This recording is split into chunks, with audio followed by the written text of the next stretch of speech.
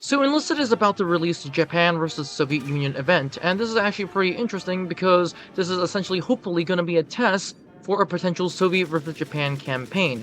And why is this such an issue? The issue is the fact that it's highly unbalanced, the potential Soviet versus Japan campaign, not the event. The event is actually pretty dang balanced, but the campaign, or should I say the potential maps, matchmaking versus Japan and the Soviet Union is pretty much highly unbalanced. And in this video we're going to be talking about why, and of course this video has been made possible for the friends at Discord. If you haven't liked, subscribed, or joined the Discord, highly suggest that you do, but that said, let's get started. Starting with Tier 1. Tier 1 is actually one of those balanced tiers for the Soviet Union and Japan. Both sides have pretty decent infantry and tanks and whatnot. I would say that Japan has a better SMG, the Type 100 SMG early, and the Soviets have a better tank in the BT-7. As a matter of fact, this is going to be a big trend that you will see as time goes on. Moving on at Tiers 2, especially 3, 4, and 5, Soviet Union has a very big bias, and this bias is actually pretty self-evident. And that is the only thing that practically matters, and that is tanks. For those who don't know, the T-34, the KV-1, and pretty much the T-50, T-28 is much better in almost every regard compared to a Japanese tank. And judging how Enlisted is making tanks overpowered as of right now, tanks are going to be a stomper for Japan if Japan doesn't have the ability to destroy these tanks, which at this rate from what we have in terms of anti-tank, I do not think Japan has a good ability to deploy tanks and destroy the Soviet ones, especially not the KV-1. For example, if the Germans can't even destroy the KV-1, then there's not a lot of things that the Japanese can do. Even if we are talking about higher tiers such as Tier 4 and even some Tier 5 tanks, they can't even penetrate the KV-1, so that is an issue. Not to mention that the fact that the Soviets do have a lot more bombers. Notice how I say bombers, because I would say that the Japanese fighters, although they are not a lot, their fighters are very good. As a matter of fact, I'll say they're some of the best in the entire game. The Soviets have a lot of bombers, and judging by how Enlisted is deploying bombers in the sense that most people just suicide them into the ground and kill tons of enemies, hopefully, what ends up happening is that Soviet players are just going to spawn and then die and then kill themselves, bleeding tickets, but hopefully on the way just destroying the Japanese team.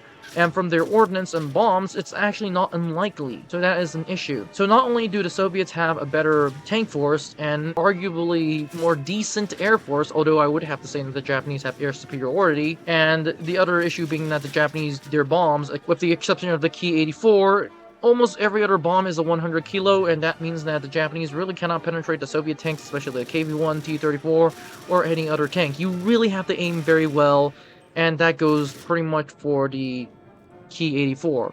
And once you finally reach top tier, the Japanese do come back with the Ho-Ri prototype and the Ho-Ri itself. But the issue is the fact that the Ho-Ri prototype, most of those people I know will at least take a few years to get it. For me, it personally took me an entire year to grind out the entire German tech tree. Yeah, that was fun. And the issue is that most people are just not going to be playing Japan for their grind, which is something that you don't want to do.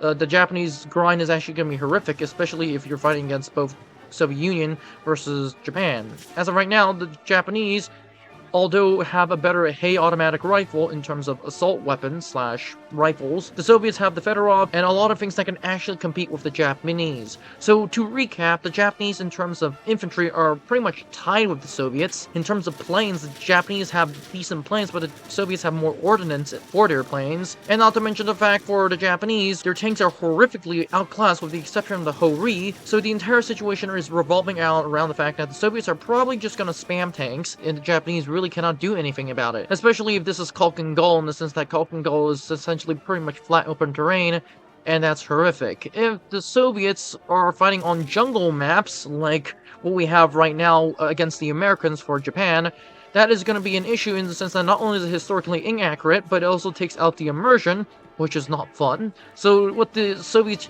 have to do against the Japanese is that they have to put them in a map in which it's mostly flat terrain, Outer Manchuria, Inner Manchuria, Mongolia, literally those kinds of maps, and with the exception of the Kuril Islands, which is interesting, but overall the entire situation is going to be mostly flat maps, such with a few wooden buildings and forests, which is not the best ideal place for, well, infantry, especially fighting against tanks. It's essentially going to It essentially is going to be a tank killing ground, so that's that. In my personal opinion, the Japanese do need a massive rework, not in the sense that they need better tanks, because historically there aren't a lot of better tanks, but in terms of ordnance and what they can give to the Japanese in terms of planes with more ordnances. For example, the Soviets have a lot more bombers than the Japanese, and that is putting fighters and bombers combined for the Japanese. I do think before Japan launches into their fight against the Soviets, we do need a lot more buffing up for the Japanese tech tree. So without further ado, that is all it. Don't forget to like, subscribe, and join the Discord. Comment in the comment section down below, and I'll see you in the next one.